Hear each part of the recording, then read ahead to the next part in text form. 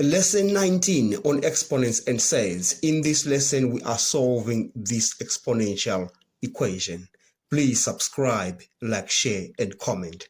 Now let's begin by breaking down this term, and we shall use this law of exponents that says a to the power m to the power n is equal to a to the power mn. So we shall use that law to break that part.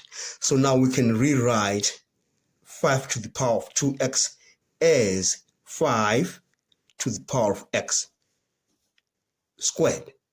Then we continue with the rest of the terms.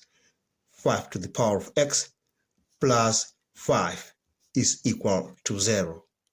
Now we let y is equal to 5 to the power of x, and we substitute that into that equation.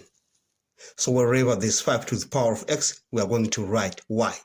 Then we have y squared, because we have 5 to the power of x at this position, minus 6y. That is y. You remember we said let y is equal to 5 to the power of x plus 5 is equal to 0. Now we have a quadratic equation and we need to solve that. Now let's begin by factorizing it. We use the method of inspection to factorize that equation. Then we say y, the factors are minus 1 and minus 5. Then we shall say y is equal to 1 all 5. But we were asked to look for x, not y. So we are going to substitute these values of y back into that equation so that we find the corresponding values of x. Let's begin with the first one. We say y is 1, so we put 1 at that position. Then we say 1 is equal to 5 to the power of x. But 1 can be written as 5 to the power of 0, because any number to the power of 0 is 1. Then we equate that to 5 to the power of x.